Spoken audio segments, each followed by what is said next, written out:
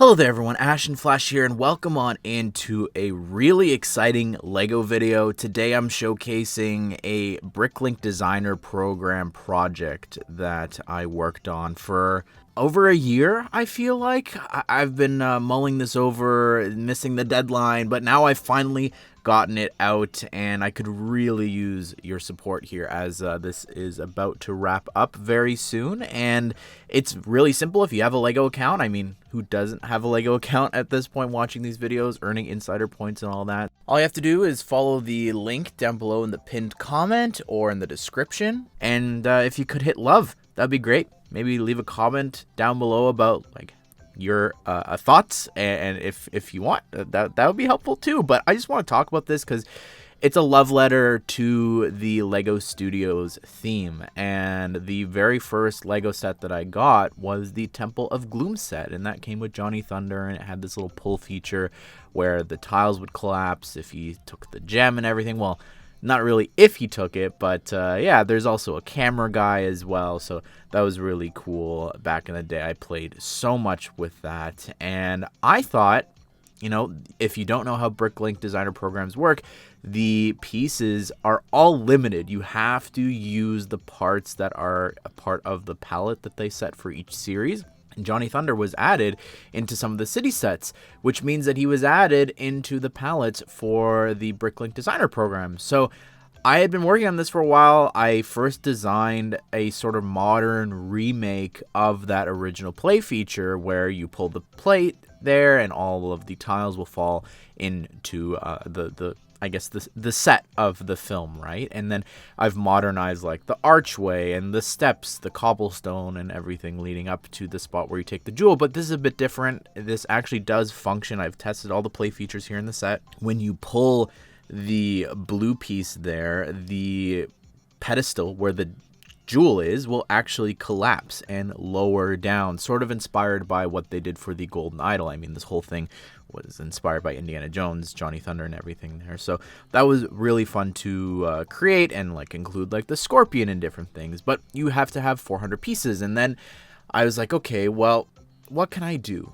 And I started to think, well, let's sort of blow up, like expand upon the film set. So I took a lot of inspiration from like previous stuff that they've done for ideas when it comes to how they design the lights and different things for like Seinfeld or Friends. So that's where a lot of this came from. And then I thought, okay, like we need to have like a backdrop or something, and I came up with the idea to recreate sort of the background set that you see on the box of the pyramids and have that be the background for this. So it's all tiled off there. I've got different colors to sort of show like the different shades and sides of the pyramid there. And I've got the sun in the sky, but then also I have a 6x6 sticker there. You can have a certain amount of stickers depending on how many parts you have. So this sticker, it's got the balloon that was, I think it was in Adventurers, then they remade it for Orient Expedition. So I had that set as a kid. I put like the Sphinx set in the background there. I've also got one of the planes chasing him there, so that's Sam Sinister chasing Dr. Kilroy in the balloon. So that was really fun to include that as a little reference. The other sticker that I originally designed was this movie poster inspired by the Temple of Doom and the Temple of Gloom there with Johnny Thunder. So that's a 2x3 that's attached to the side of this scaffolding and everything.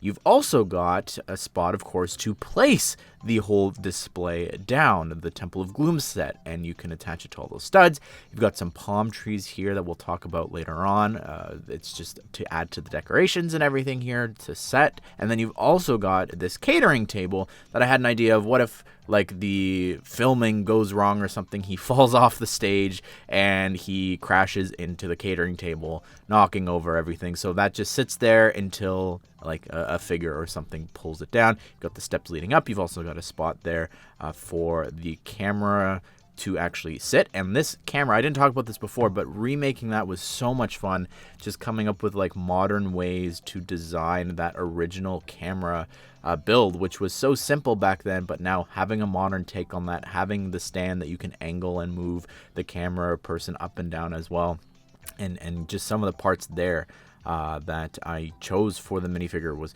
really fun. And I didn't say this before for Johnny Thunder, but the sort of deserty torso from the jungle set had been removed, so I have to use his pilot one, which is sort of rare. I mean, it does come in like a small city set, but the combination of the two of them, he's only worn this in the Arctic terrain, so that was fun to include as well. There's also a screen on the right side for adding like an effect or something, whether it's like the whole thing crumbling when you're filming that. So I've got a blue screen on one side and a green screen on the other, and you could flip that around. Originally, the big backdrop was going to actually have the interior of the temple, and what that was just like a bunch of pillars. It was really basic, but just again so that you could turn that around like the blue and green screen.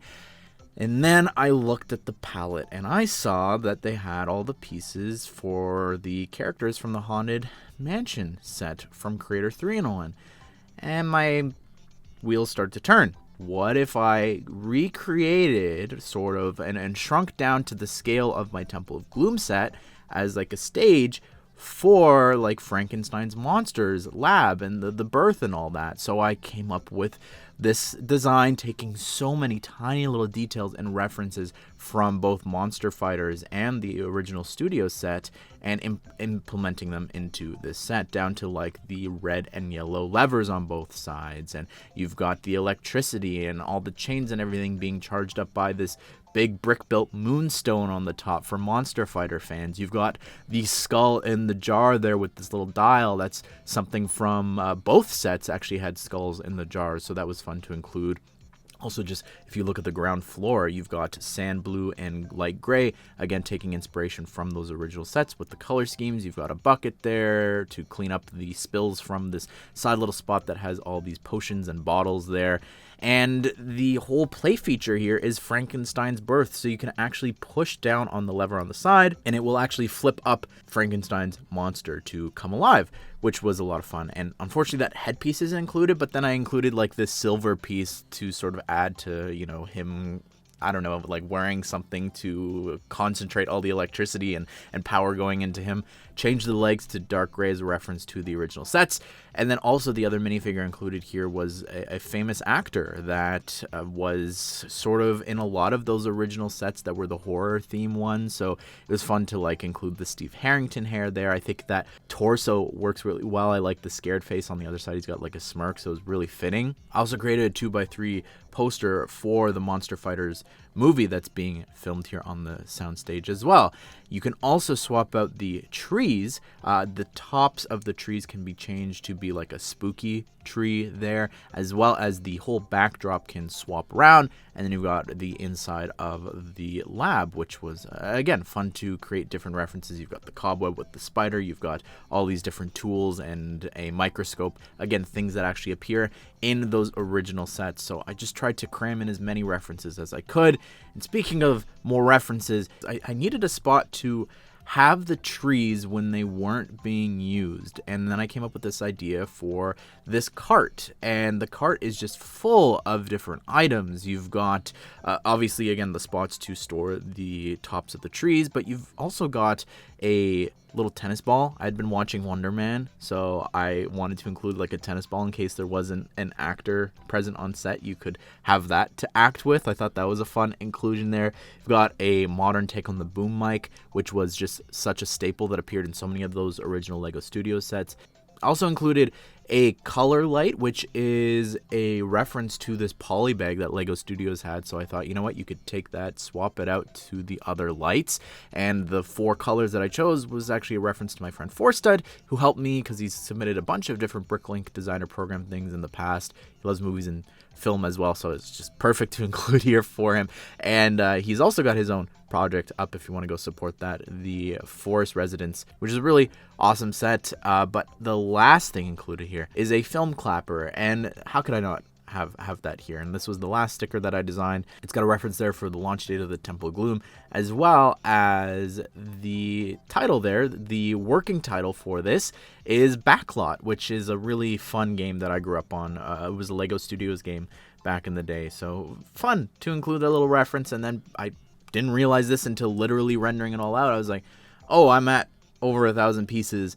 that means I can include a 5th minifigure, so I decided to include a director and just sort of wearing casual clothes, but they could also be an actor, because in the original monster horror films, they had somebody actually in the orange hair. So I've got the new modern ponytail piece being used there, and they've got a script in their hands and everything. So really fun to include that, to sit in the chair and everything and help direct. But overall, like, I just really enjoyed working on this project as a love letter to the first ever Lego set that I got, to this theme that I grew up on, and just studying those sets as much as I could and thinking, how can I modernize this? How can I include different references to that throughout the set? But I'd love to hear your thoughts, your comments down below about this, and any support would mean the world to me. So thank you guys so much. I hope you guys did enjoy this video. Hope you will have a great day. I will see you all in the next one.